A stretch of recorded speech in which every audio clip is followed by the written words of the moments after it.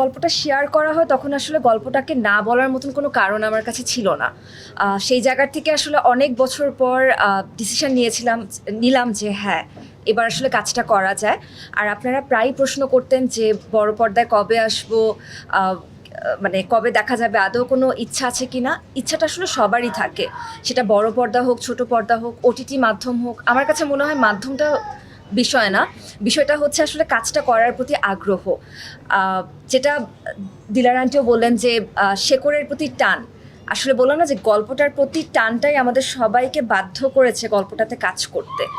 So let's hope for the best. দেখা যাক কাজটা শেষ করার পর আমরা বুঝতে পারবো যে আমরা আমাদের কতটুকু দিতে পারলাম, এবং তারপর তো বাকিটা আপনাদের হাতে। এটার জন্য আমি অনেক বড় একটা ধন্যবাদ জানাবো আমার মাকে এবং সেই নির্মাতাকে যিনি আমার ইচ্ছার বিরুদ্ধে যে আমাকে আমার প্রথম সিনেমাতে অভিনয় করাতে পেরেছিলেন 2016 সালে।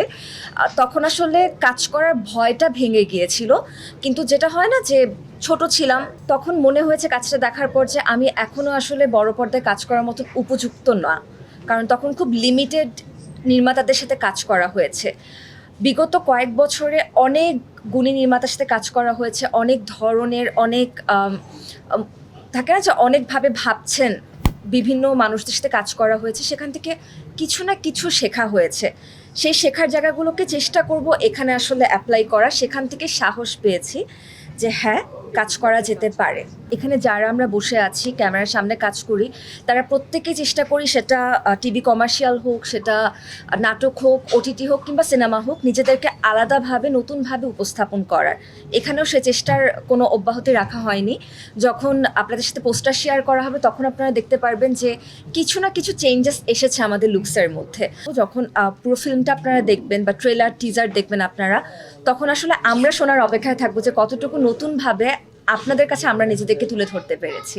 সেটা শোনার অপেক্ষায় আমরা রইলাম। প্রথম কথা, আমি নিজেকে নায়িকা মনে করি না। আমার কাছে মনে হয় নায়িকা জাস্ট একটা ক্যারেক্টার।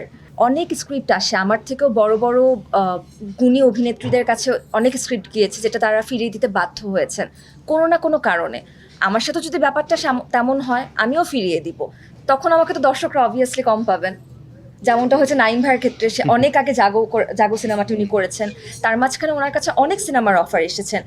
কোনো সিনেমায় তাকে হয়তো বা এই সিনেমার মতন এতটা ওনার মধ্যে আগ্রহ তৈরি করতে পারেনি, যার কারণে তিনি এত বছর পর দ্য হোল টিম, একটা টিম আসলে অনেক বেশি কনভিন্স করে যে আমি এই টিমটার সাথে একটা সমুদ্রে ঝাঁপ দিব কিনা, কারণ আমার সিকিউরিটি থেকে শুরু করে আমার ইমোশনটাকে সে আসলে কতটুকু প্রায়োরিটি দেবে, এই টিমটা আসলে কনভিন্স করে। কিছুক্ষণ আগে প্রসুন্দর কথা শুনছিলাম, একজন ডিরেক্টর যদি এত সুন্দর করে কথা বলে, তার সাথে কে না কাজ করবে ভাই। মানে ভেরি ভেরি অনেস্টলি এত সুন্দর একটা টিম এখানে যারাই আছে, প্রত্যেকে ভালো শিল্পী। তো মানে আমরা তো আমরা কথা বলছিলাম যে একটু এদিক ওদিক অভিনয় হলে কিন্তু এদের কাছে ধরা খেতে হবে। যেমন আমি অনেক বড় ফ্যান হচ্ছে সজীব, অনেক বড় ফ্যান, আমার বন্ধু মানুষ, আমরা একসাথে জাগো ছবিতে কাজ করেছি।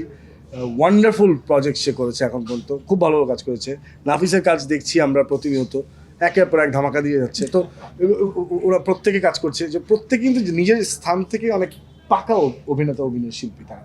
হ্যাঁ, প্রজেকশন কম হচ্ছে কারণ অপরচুনিটি কম ক্রিয়েট হচ্ছে। সো যত বেশি অপরচুনিটি পাওয়া যাবে, আমরা এখন আস্তে আস্তে ম্যাচিওর হতে পারবো। সো সেটা আই থিঙ্ক যে আমরা ওই অপরচুনিটির সাথে ম্যাচুরিটিটা কতটুকু লেন হবে, সেটাই হচ্ছে বিষয়। I agree.